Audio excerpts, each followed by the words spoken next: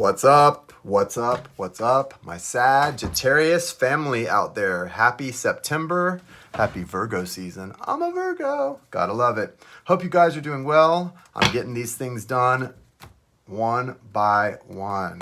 Come hell or high water. So guys, Sag, this reading is for September 2023, but as you already know, if you're not new to this channel, it's if it shows up on your timeline or your feed 10 years from now, it's probably for you. So don't get too caught up in the times. Time is kind of fluid anyway. Time is, more of a concept than anything else, but it is intended for you, your soulmate, September 2023. That's the intention. Remember, we look at the energies of both sides and they can flip. It's not whether they flip or not, it's whether they resonate. Okay, so pay attention to what resonates.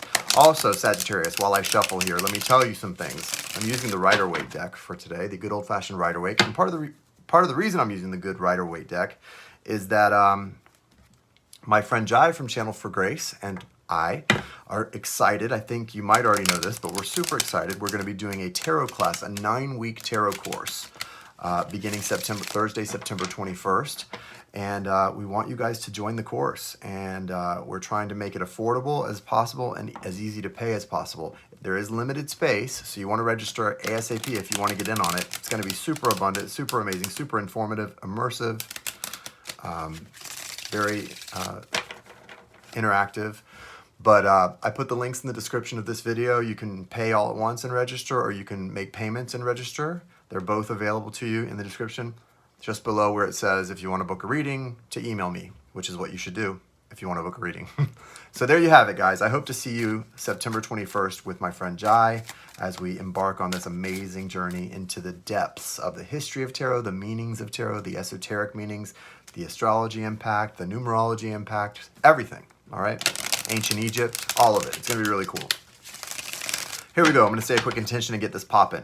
Thank you, universe. Thank you, source. Thank you, spirit. Thank you, angels, archangels, spirit guides, and ancestors. Thank you for allowing me to connect today to the energy of Sagittarius and their soulmate. For those who are most in need of healing guidance at this time, thank you for the clear, direct, and necessary messages. Thank you, thank you, thank you, thank you. Thank you, archangels Michael, Raphael, Gabriel, Uriel. Thank you, guardian angel Lechachia, and thank you, all spirit team. All right, so like I said, we're starting with the soulmate, Sag. Let's see what your soulmate is up to at this time. Thank you.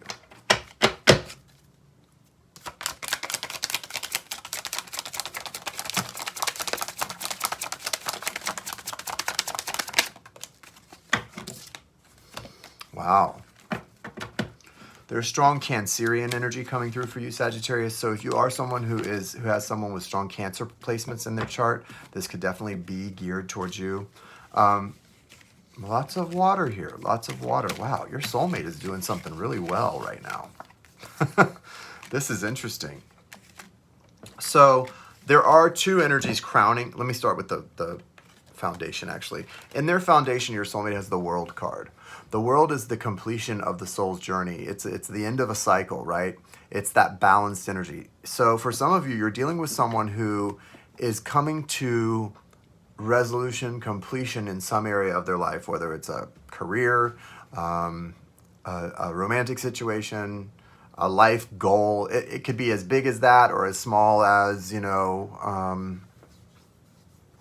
starting a new hobby. I mean, it feels major, so it's something that you would be aware of and they would be aware of, but it doesn't have to be major in the way we all interpret things to be major. It's just big for them, right? And so the world here is good. I do see that they're having a bit of a spiritual experience. They've got the Ace of Wands informing that. So it's almost like something's coming in that's causing them to awaken to a certain degree or to have a new level of awakening, get excited, get inspired about something. Crowning their energy is the Ace of Cups and the Eight of Cups. This is very interesting. I feel like for a lot of you, they're wanting to embark on some new experience in their career. Like not changing careers, there's a tweak. It's more of a tweak. Like they're not wanting to change what they do. They're wanting to add another dimension to what they do. Or, it's like being involved in, hospitality and then expanding that to where you're taking it a step further, where instead of just doing hospitality, you're now doing, travel, I don't know, just like adding a leg to it. So that they're wanting to add a leg or a dimension to what they already do, and they're inspired by something. Something has inspired them. Also, regarding you, that Ace of Cups means that there's a really good opportunity for you guys to have a new beginning in your love life. I do feel a little bit that the other thing this means is that they're kind of, there was a period where they got a little bored, or things got a little stagnant, because the Eight of Cups is like not being fulfilled, not feeling good about something, and being kind of like, this isn't giving me what it used to. It's not feeding me. And the Ace of Cups is the universe giving them something to be fed by, right? It's that hand reaching out from the sky saying, here's a cup. Well, the cups are all about emotion, the flow of that water and that feeling, right? So there's been a renewal here. And they do have the Nine of Pentacles. They're engaging in a lot of self-care. They may be kind of, you may have felt in the recent past that they've been being a little self-absorbed, even self-involved, selfish, self-centered, all of that. But I think now it's starting to balance out. It looks like they're being a lot more considerate now, because they're coming to recognize that while they were trying to focus on their own self-care, they may have neglected the relationship a little bit. They do see you in a really strong way. You come in as the High Priestess, so they see you as someone who is extremely connected, extremely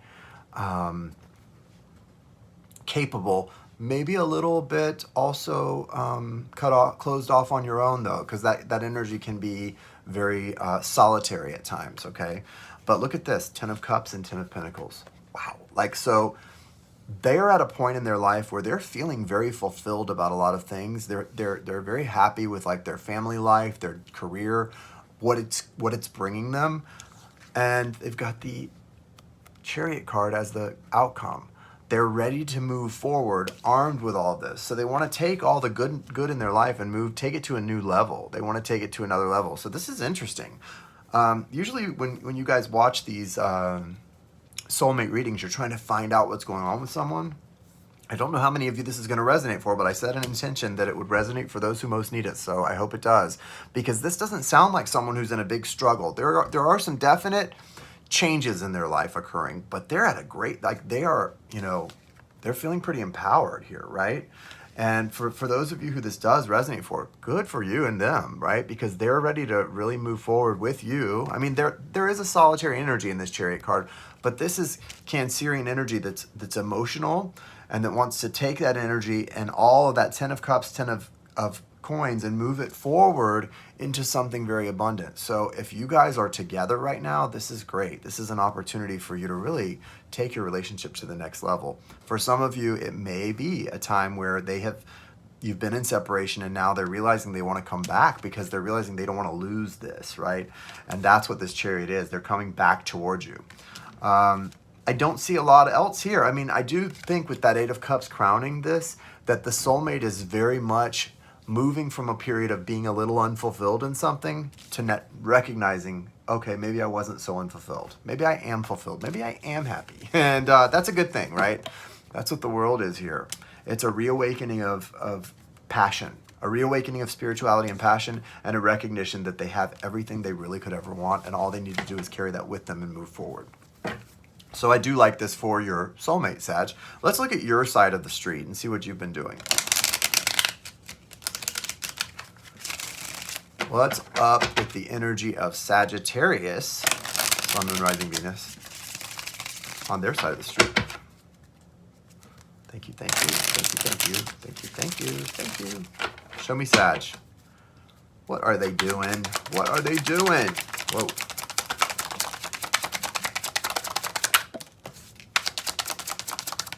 Okay. So Sag, you do have the Strength card in your foundation, which is awesome. You're having some struggles too, though, it looks like, with change. You're ready for something new. So you have the Strength card in your foundation. You've found a balance. There was a period in the recent past where you may have felt a little bit not so good. Maybe like you were out on an island in your relationship, or even in some of your friends' relationships. This is a feeling of being out on an island in the recent past, but that's reversed now, and you're in this Strength energy in your foundation. So foundationally, you're feeling more balanced, you're feeling stronger. That Leo energy is very present in the Strength card, so that's like an energy of being very, gregarious, very social. You're probably wanting to be out, be seen, be out and about, enjoy yourself, out having nice meals, etc. I do see, though, with the Ten of Swords crowning your energy, you're coming out of a tough cycle. Something has come to an end and you're ready for it. Like, this was painful. That's stabbed in the back, too. There may have been a feeling that nobody was understanding you completely or really okay, thank you. So you were feeling like you weren't being seen or heard, even in your own home, by your family, your friends, by a lot of your core group. For some reason, it was like it was happening all at once to some of you. Like you were feeling like you weren't being seen or heard, or nobody was like getting the fact that you felt like you were drowning a little bit, or you were having these moments that just, I think what happened here is you were taking too much on your shoulders and you weren't asking for help. I had the same problem as a Virgo, guys. Sometimes I want to do it all and I don't want to say, hi, guess what? My name's Jason, and sometimes I think I'm 3 years old and I need someone to help me. I don't like to do that. It's not a comfortable thing as a grown man in midlife, right, to ask for help. And so for you guys, Sag, there's some element of that too that's I'm picking up on. I feel it very strongly. It's like a big part of this is you got to the point where you just had to say, you know what? I can't do this by myself. Like, this isn't working. You almost had a clean getaway too with the Seven of Swords. You did this for a long time. Like some of you may have done this for most of your adult life, like tried to carry too much, tried to be, Johnny on the spot for everyone. And then your internal life was suffering, and that's not okay. It looks like you're moving away from that. You're still stuck in a little bit of emotional stagnancy. You've got the Four of Cups here, and the Knight of Wands is attached to it. It's like you're putting on a good face out in public, but you're not really feeling that great a lot of the time. You're feeling a little bit like nothing is really inspiring you to the point that you feel consistently inspired to move. And that's scary when we get like that, guys. So if that is describing you, don't be afraid to ask for help. Don't be afraid to go to any kind of a recovery or support group meeting that's out there. They're all over the place. I just want you to be aware of that, because this feels like it may be connected to your partner also, or your soulmate, and maybe you don't feel comfortable because of what they've been going through and the things that they were doing in the recent past. You don't feel comfortable saying this to them, right? You do have the Page of Wands, so you're more inspired now than you were. It's like you're coming back to life here. The Page of Wands is a awakened and excited energy, and it's kind of a visceral energy, very primal. So something has started to awaken you back, and it may be the same thing that's got them feeling good again. But maybe you're not quite as, like, you're seeing them in the Ten of Cups and Ten of Pentacles, and you're like, good for them, but you're not quite as sure that you feel that way. You're kind of like, well, I'm glad you've got this, but I'm kind of like not where you're at a 10, I'm at an 8, maybe a 7. So it's kind of like you're happy, they're happy, but you're still kind of trying to get over all of this, whatever this was.